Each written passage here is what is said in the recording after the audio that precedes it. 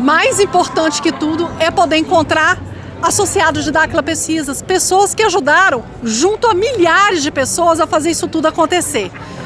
Cláudia, como é que é a sensação de chegar numa feira desse tamanho, vendo os Skyros e tanto trabalho bonito de Dáquila sendo feito aqui? Gente, é um orgulho fenomenal, assim, é uma coisa sem explicação, porque eu que estou há 26 anos em Dáquila, ver até onde Dáquila está chegando e alcançando, né? Então é sensacional, simplesmente eu faço questão de estar presente sempre. Simone, você, como muitos aqui, viram essa história começar, porque são muitos anos de casa, né?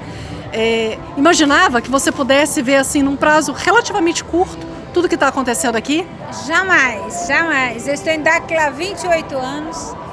Jamais podia pensar que a gente estaria aqui diante de um carro voador. É muito orgulho de estar aqui, ver eu que vi Dáquila sendo construída, né? E ver isso após 28 anos. É muito legal estar aqui e poder presenciar isso. É muita honra, sabe? A Simone acompanhou fases importantes porque o projeto já investiu inclusive num aerodisco. Sim. Nessa tentativa de ter um veículo que fosse de baixo custo para poder realizar as pesquisas de Dáquila. Quem buscar aí na internet vai ver o aerodisco do projeto. Mas, Hernani, muito antes de existir qualquer estrutura, existia o Hernani e existia o Urandir buscando um espaço que depois veio a ser a Fazenda Boa Sorte, guiados ali pela imagem daquele morro, que é o Morro do Rankstar. Hernani, faz um balanço de tudo que tu viu até agora.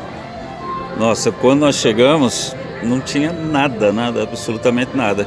E o Urandir sabia desse local. Mesmo antes de nós chegarmos, a gente procurou em muitos locais e depois houve uma expansão, um desenvolvimento de uma magnitude tão grande que é só mesmo Dáquila, só mesmo o Urandir consegue fazer. Olha que ponto Dáquila chegou, em quantos países está? No Brasil praticamente inteiro e com revolução não de conhecimento, mas também de tecnologia, em vários sentidos. E a Ziguratur vai estar presente? Sim, estaremos presentes prestigiando também este momento tão importante para o ecossistema.